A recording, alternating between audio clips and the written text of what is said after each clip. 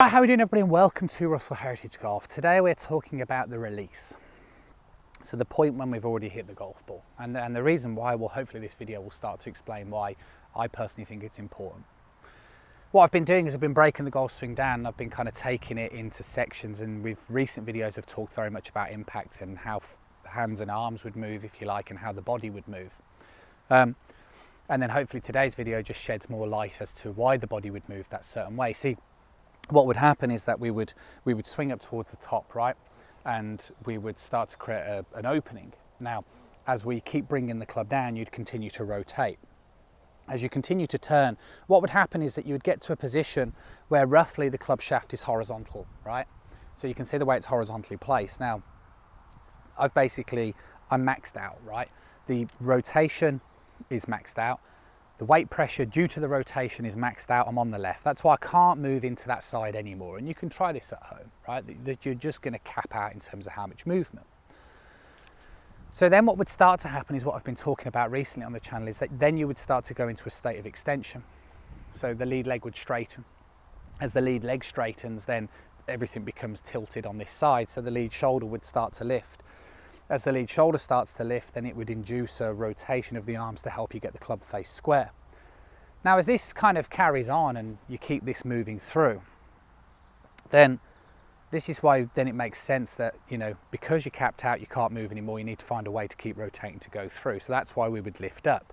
Pros looking different at this point. We'll see some pros that pivot around the toe, we'll see some that go on the heels, some that kind of roll on the foot.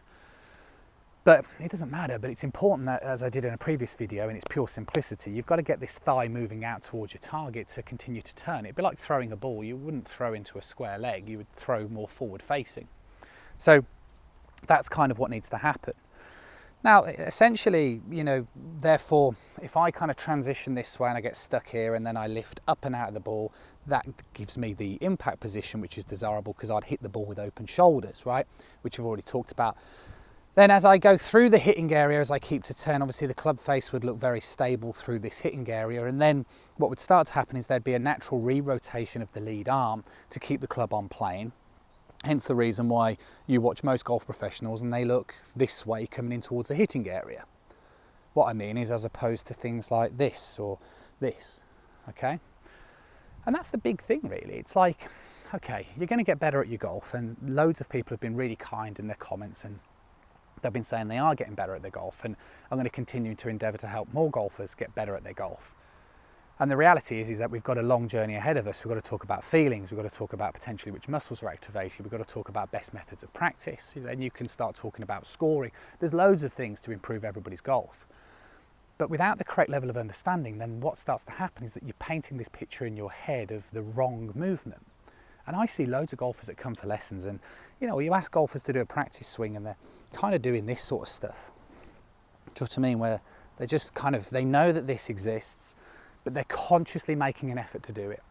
And I personally just massively disagree with it. It's probably one of the only things that I've really kind of spoken about that I would be really careful about, like I've been talking about impact, I'd be really careful about excessively rolling and trying to do much with your trail hand excessively in terms of a rolling mechanism, because I think it gives gives a lack of stability to the club face coming into the hit. But equally, I think that unless you actually move up and through and you kind of stay down, then rolling shouldn't exist, because it shouldn't exist as a byproduct. It'd be like throwing a ball. You know, if you were to throw a ball and you rotated and you sprung up, then your arm would extend through to where you're going, right? But if you didn't do that, your arm would get stuck to the side of you, and you wouldn't think about doing this, right? If you're trying to throw a ball, like, oh, I'll roll my hand over and throw it and extend my arm out, because it happens as a byproduct of the rotation. And the rotation coming in towards impact happens as a byproduct of the transition. And the transition can only exist if you get the backswing correct. And then the backswing's linked back towards things like making sure your posture's good. So there's no doubt that everybody out there that watches these videos can get a really good level of understanding of the golf swing and start to correct your fixes. And what I've been trying to do really hard over these last kind of probably month now with all these videos is just make sure that you have a really good level of understanding of the golf swing as to why things look the way they do. So be careful if you're somebody who's consciously trying to roll. I personally disagree with it. I don't think you should be trying to consciously do that. I think I see golfers that look bent-armed, or they look this way, and then they start not looking that way and look more, more extension, or whichever way you want to portray it, due to the sequence of events of how they move. So hopefully you enjoy the video. Always appreciate a thumbs up, and remember, it's absolutely free to press that subscribe button.